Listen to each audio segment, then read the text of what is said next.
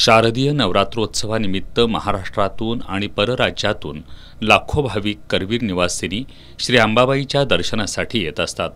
या पार्श्वभूमीवर कोल्हापूर शहरात वाहतूक कोंडी टाळण्यासाठी प्रशासनाच्या वतीनं वाहतूक मार्गात बदल करण्यात आलाय।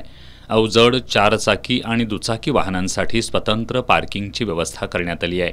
निर्माण चौकातल्या मोकळ्या मैदानावर ट्रक, ट्रॅव्हल्स, बस, मिनी बस या अवजड वाहनांसाठी पार्किंगची व्यवस्था करण्यात आली आहे। कर्नाटक कागलकडून शाहू टोल नाकामार्गे येणारी तसंच राधानगरी आणि गारगोटीकडून येणाऱ्या अवजड वाहनांची निर्माण चौकातील रिकाम्या जागेत पार्किंगची व्यवस्था करण्यात आली आहे। गगनबावडा मार्गे येणाऱ्या वाहनांची पार्किंगची व्यवस्था पंचगंगा नदी घाटावरील पार्किंग तळावर करण्यात आली आहे। रत्नागिरी मार्गावरून येणाऱ्या वाहनांची देखील पंचगंगा नदी घाटावरील वाहनतळावर पार्किंगची व्यवस्था करण्यात आली आहे। पुणे, मुंबई, सातारा इथून येणाऱ्या सर्व प्रकारची अवजड वाहनांची खानविलकर पेट्रोल पंपाजवळच्या 100 फुटी रोडवर पार्किंगची व्यवस्था करण्यात आली आहे।